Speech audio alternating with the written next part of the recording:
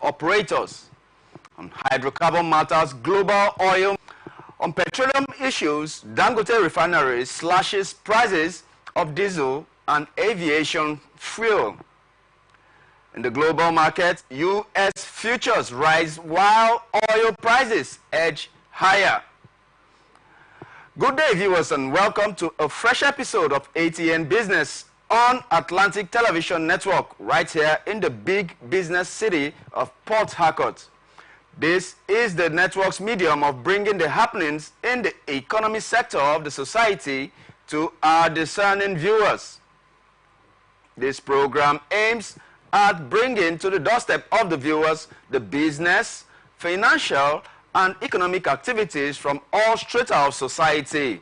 Its delivery is accentuated through the various stock exchanges across the world, news about government, economic activities, private sector business activities, laced with expert opinions, stakeholder analysis, and correspondence reports. That is the size we have for you on ATM Business, and by the end of this show, you can be rest assured that you are being informed accurately of financial activities around the world. Let's go for a short commercial break, and when we return, we'll reel out the big details for today. Stay with us.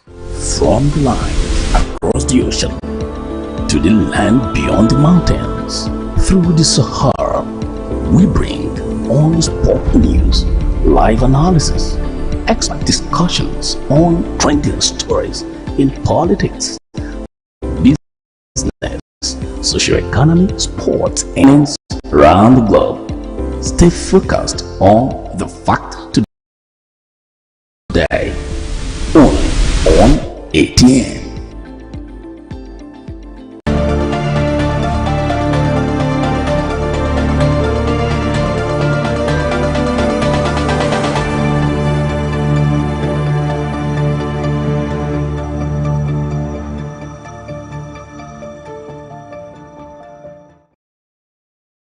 We're glad to have you back.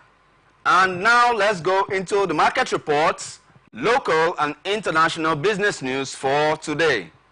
Starting with the markets. The Central Bank of Nigeria, CBN, for yesterday, for the second time, it will sell $10,000 to each bureau de change payment with other necessary documentation for disbursement of foreign exchange at the respective CBN branches.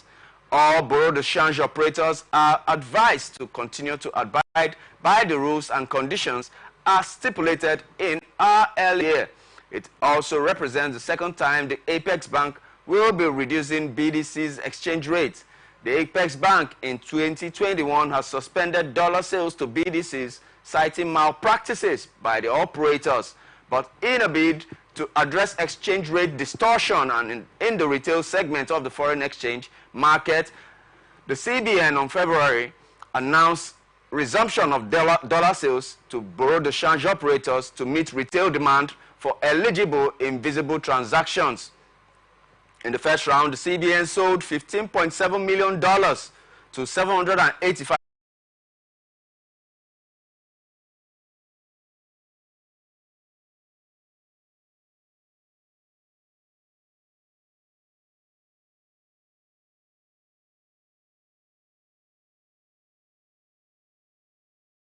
moving average provided some support. Still, with the U.S. Congress moving to sanction Iran's oil sector and the conflict between Israel and Iran remaining tense, prices may continue to see sharp swings. Last week, crude posted the biggest weekly drop since February, increasing exposure, said Rebecca Barbin, a senior energy trader at CIBC Private Wealth. Bullish sentiments has been burning hot into summer, and many investors are already long heading into summer's driving season. Even after recent declines, the oil is roughly 14% higher this year, buoyed by OPEC's supply curbs, and investors will be focusing on a slew of U.S. economic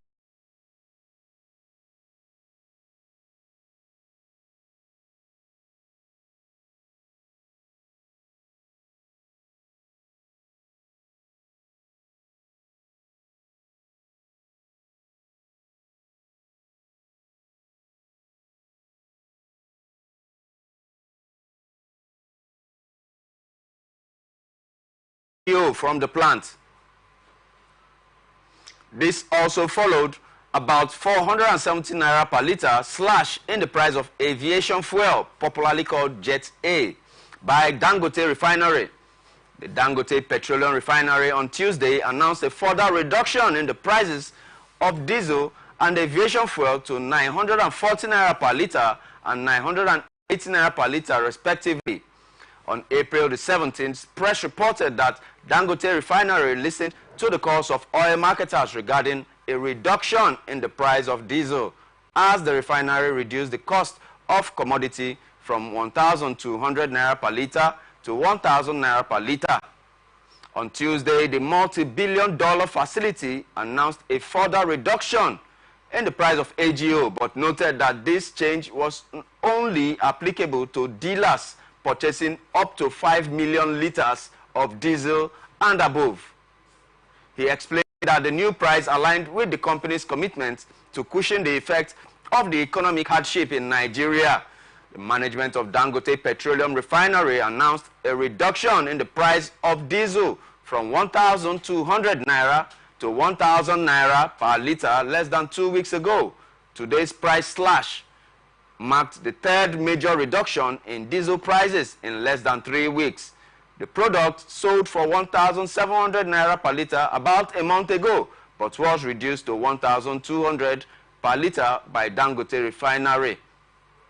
The facility also carried out a further reduction in the cost of AGO to 1,000. It puts aviation fuel from the plant at 980 naira per litre.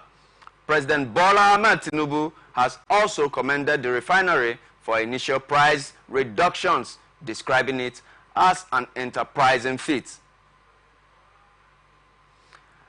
Stakeholders and groups have called for tougher measures to contain the massive oil theft in Nigeria, not only to eradicate the scourge, but to bring perpetrators to justice. Nigeria has consistently blamed massive oil theft, declining investments, and outright sabotage for its inability to meet 1.5 million barrels a day. That's OPEC's quota. This is as civil society organizations in the country have explained why oil bunkering and oil theft persist in Nigeria, attributing it to corruption, unserious about protecting its assets, but that Nigeria's situation is different because powerful people in the government are involved.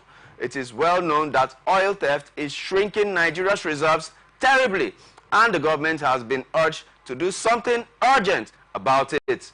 Oil theft continues to thrive in Nigeria's Niger Delta, with allegations of community involvement ranging from state actors, traditional rulers, youths, and community leaders. A survey of oil production for March carried out by S&P Global Commodity of 5 million barrels per day from the 1.47 million barrels per day the previous month. Although output has been generally increased this year, Nigeria's Organization of Petroleum Exporting Countries production figures have been largely inconsistent. Nigeria blames massive oil theft, declining investment in oil and gas sector, and outright sabotage, amongst others, as reasons for its inability to meet its current revised 1.5 million barrels per day output from 1.8 million barrels per day output in 2023. According to S&P survey, the fall from 1.47 million barrels per day to 1.45 million barrels per day represented about a 0.02% decline. But in all, OPEC's crude output in March was up slightly month on month as several producers continue to exceed their quotas. The Platts OPEC survey by S&P Global Commodity Insights hinted that overall the group produced 41.25 million barrels of 342,884,706 ordinary shares, 4.89 billion naira in 2023. Expressed support for the ongoing bank recapitalization exercise, saying it will empower banks to lend more money to the economy. The CIBN President,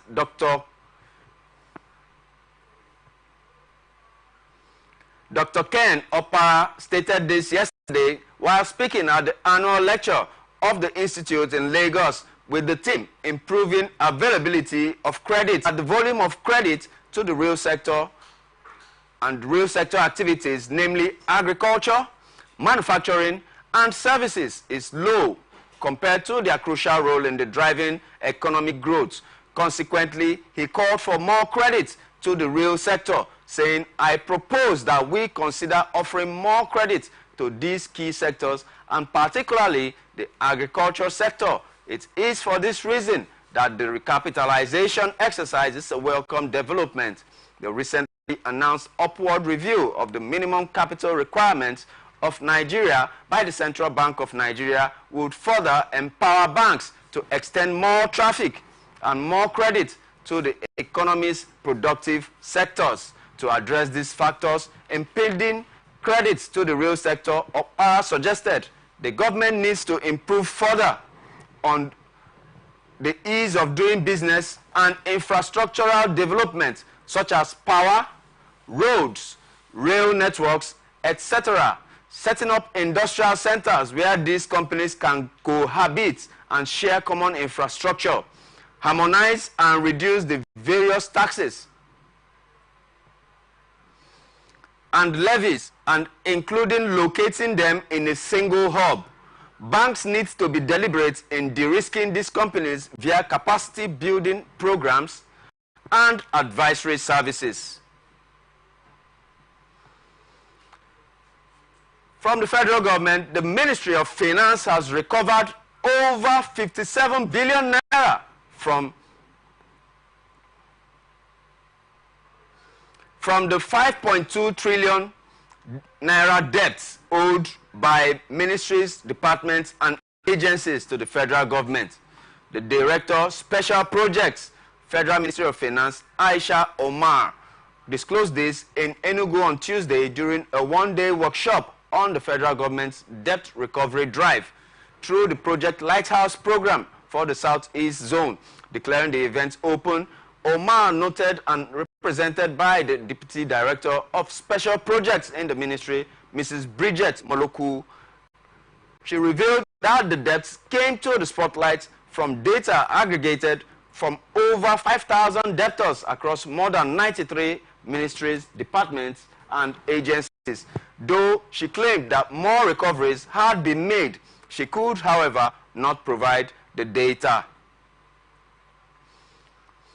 And moving on to the Federal Capital Territory, there's news there coming from the EFCC, 0.8 billion naira from the Consolidated Revenue Fund of the Federation. And on to oil and gas matters, the federal government is aiming to attract about $10 billion in months. And there are some good news coming from Lagos State. Lagos State government will roll out 2,000 compressed natural gas buses before the end of the year. Commissioner for Transport, Shehu Osiemi, said that yesterday that Osiemi, addressing reporters during the annual ministerial press briefing at Bagauda, Kauto, and constant advocacy on adherence and compliance of traffic laws and regulations, Lagos State Transport Sector Reform Law of 2018. And viewers, you are still watching Atlantic Television Network on ATM Business here in the city of Port Harcourt. We will be back after this break. Stay tuned. Don't move an inch. From the line across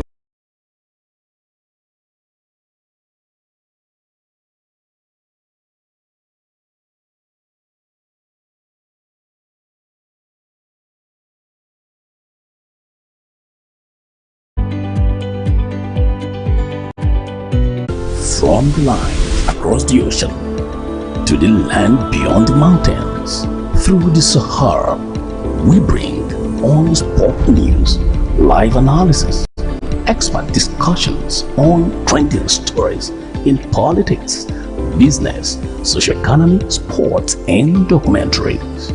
So catch all the updates on the happenings around the globe. Stay focused on the fact today, only on ATN.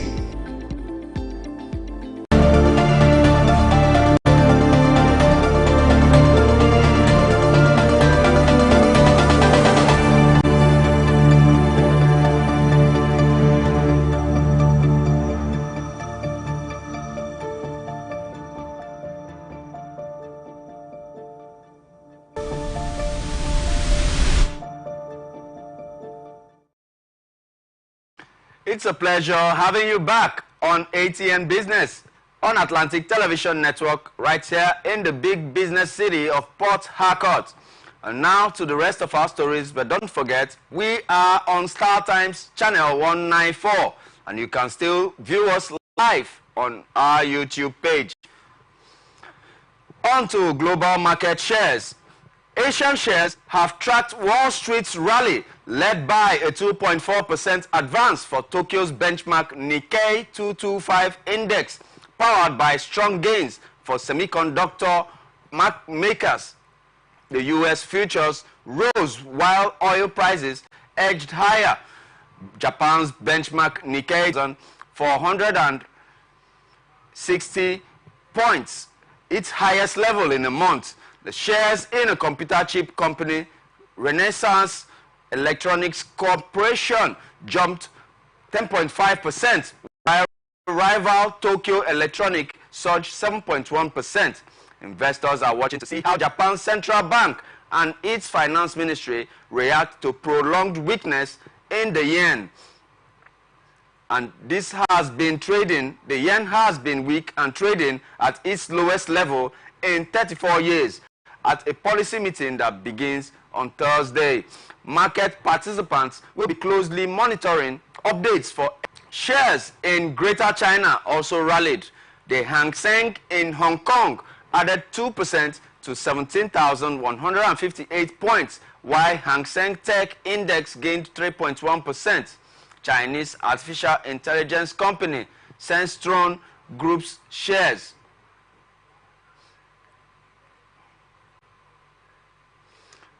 StarTimes Group's shares surged 31.2% after it released the latest version of its SenseNova generative AI model on Tuesday. But the Shanghai Composite Index logged more meager gains, rising 0.3% to 3,031 points. Taiwan's TAIEX gained 2.7%.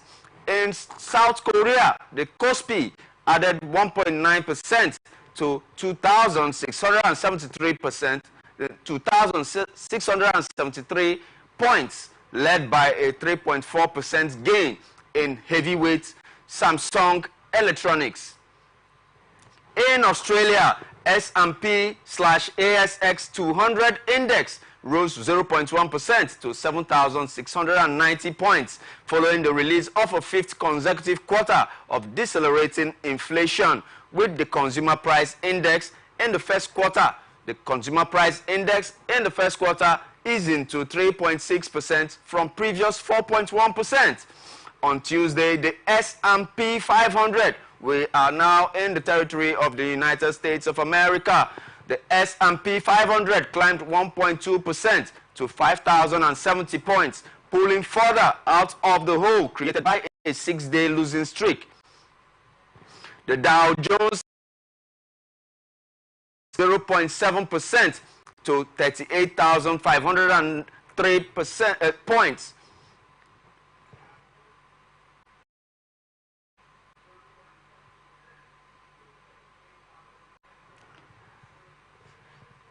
$38,503 points, and the Nasdaq Composite jumped 1.6% to 15,696 points. A weaker than expected report on U.S. business activities have helped support the market, which remains in an awkward phase. The hope on Wall Street is for the economy to avoid a severe recession, but not to stay so hot that it keeps upward pressure on inflation. A preliminary report from S&P Global released on Tuesday seems to hit the sweet spot. Treasury yields eased in the bond market and stocks added to gains immediately after its release. A flood of earnings reports also dictated more, highlighted by a slew of companies that topped analysis expectations. General Electronics Aerospace flew 8.3% after it raised its profit forecasted for the full year, in addition to beating expectations for the first quarter earnings. And Kimberly-Clark gained 5.5% after the maker of Huggies, Kleenex, and Kotex also raised its earnings forecast for the full year. Those who are buying Pampers for their children, they are now in the stock exchange and they are raising their earnings for the year.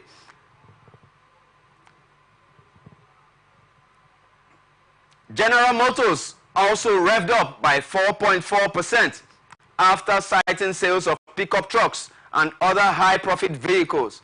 Danaher rose by 7.2% after pointing to strengthen its bioprocessing and molecular diagnostics businesses. They helped overshadow an 8.9% drop for nickel for both profits and revenue. With skeptics still calling the broad stock market too expensive, criticism will ease only if companies were to produce higher profits or if interest rates were to fall. The latter has been looking less likely. That's for the interest rate to fall is less likely. Top officials at the Federal Reserve Bank of the United States have warned that last week they may need to keep the interest rates high for a while in order to ensure inflation is headed down to their expectation of 2% target. They have always put their expectations on 2% target. This was a big letdown for financial markets, dousing hopes that have been built after Federal Reserve Bank signaled earlier today that 3 interest rate cuts may come this year. Lower rates have happened after inflation cooled sharply last year, but a string of reports this year have shown and is still showing inflation has remained hotter than expected. There's worries about stalled progress.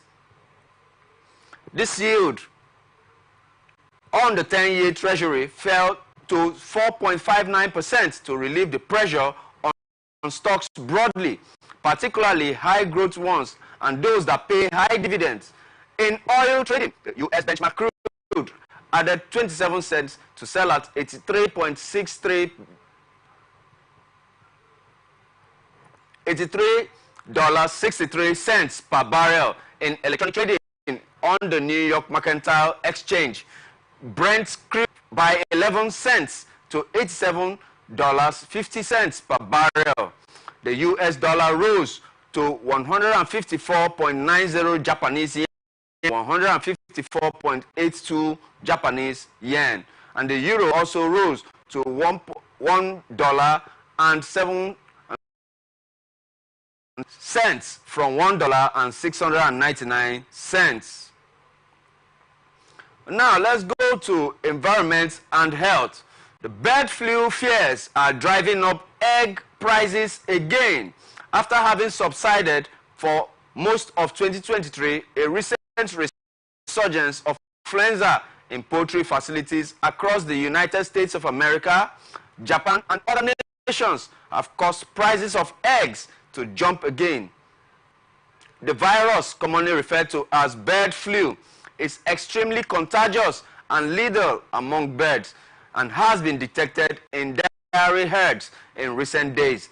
The reason for the big surge in egg prices is HPAI, highly pathogenic avian influenza, HPAI, hitting egg-laying chickens and cutting egg productions, says David Anderson, a professor of food economics in the Department of Agricultural Economics at the Texas A&M University in the United States of America. More than 14 million egg-laying chickens died in November. More than 14 million egg-laying chickens died in November and December as a result of avian flu. In the last 30 days, more than 8 million birds. In the last 30 days, more than 8 million birds among American commercial flocks remain infected, according to the data from the U.S. Department of Agriculture.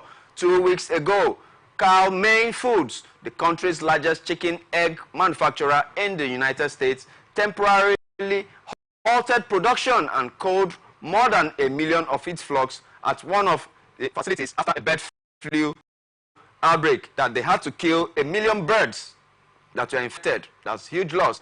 Many countries and regions worldwide, like the US, EU,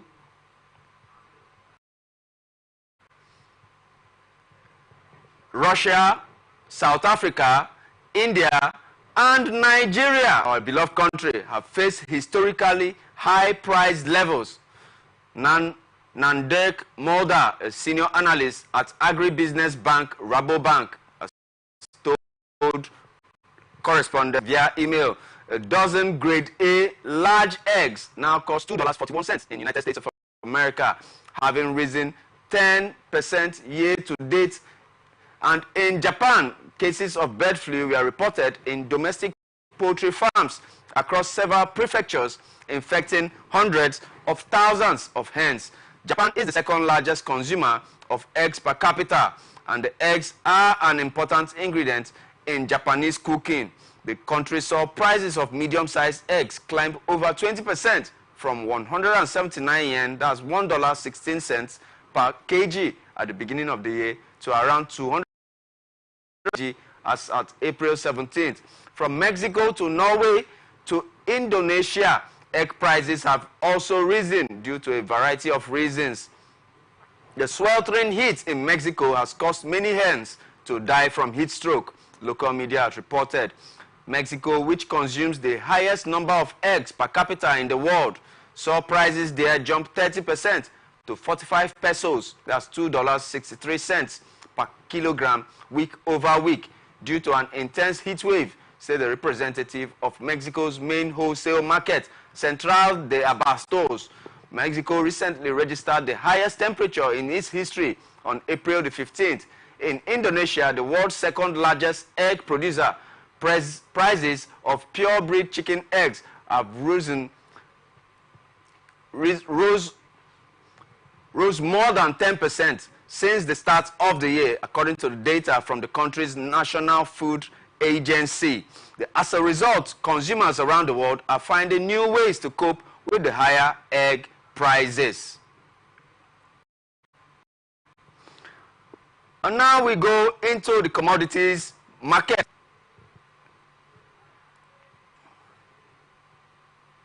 In commodities market,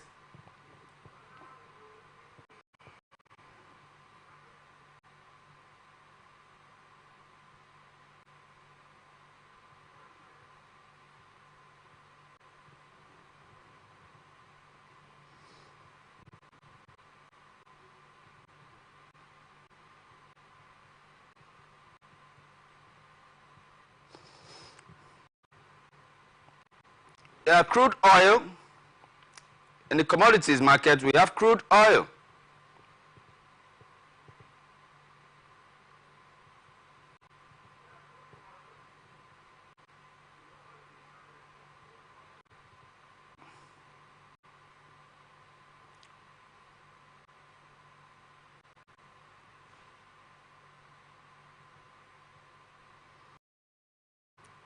I can put a picture there while I read out the market prices for today.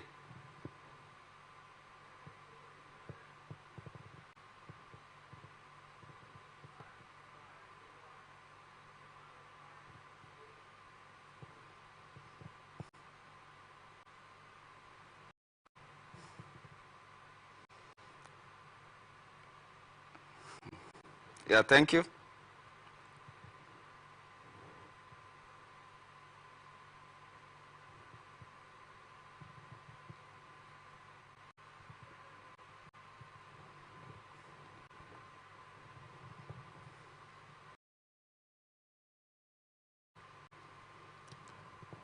Yeah, we go to crude oil.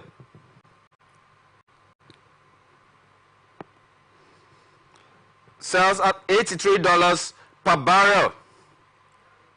Brent crude sold at $88 per barrel. Natural gas sold at $1.81 per MMB. Gasoline, that's petrol, sold at $2.73 per gallon. Heating oil sold at $2.57 per gallon. Coal sold at $138 per barrel per gallon. UK gas sold at $72, 72 pounds. Ethanol sold $1.71 per gallon. Naphtha sold at $688. Uranium sold at $89 per ounce. Propane sold at 81 cents per gallon. Methanol sold at 2,547 Chinese yuan. The Urals oil sold at $79 US. Going to metals. Metals, price for metals, gold. We have gold selling at US dollars 2,318. $2,318. Silver sold at $27 per ounce. Copper sold at $4 per ounce. Steel sold at $3,503. Iron ore sold at $108 per ton. Lithium sold at $100,005 US. Titanium sold at 52 Chinese yuan. Going to agricultural products, worldwide market for agricultural products. If you have soya beans is selling at 1,168 US. Wheat sold at $582 per bushel. Lumber's wood sold at $508 US. Palm oil, once again Nigeria, we have palm oil on the market selling at Malaysian rate 3,963 Malaysian rolls. The cheese we have here is of the United States cheese, selling at $1.08 per serving. The milk here is from the United States at $15.56. Rubber sold at $160 US. Orange juice sold at $359 US per liter. Coffee sold at $224 US. Cotton sold at $78 US per bushel. Cocoa sold at $10,536 US. Cocoa is a very hot cake right now. I mean, even chocolate price has increased. I mean, rice sold at $19 per serving. Canola sold at 634 Canadian dollars. Oats sold at $364 US. Wool sold at 1,158 US. Sugar sold at $19. Tea sold at $2.65. Sunflower oil sold at $866 US. Potatoes sold at $36 US. Butter sold at 5,975 euros. Corn sold at $442 US. Now we go into industrial. We go into the industrial market. Bitumen sold at 3,707. Cobalt sold at 2,783. And lead sold at 2,213 US. Aluminium coming last but not the least, sold at 2,608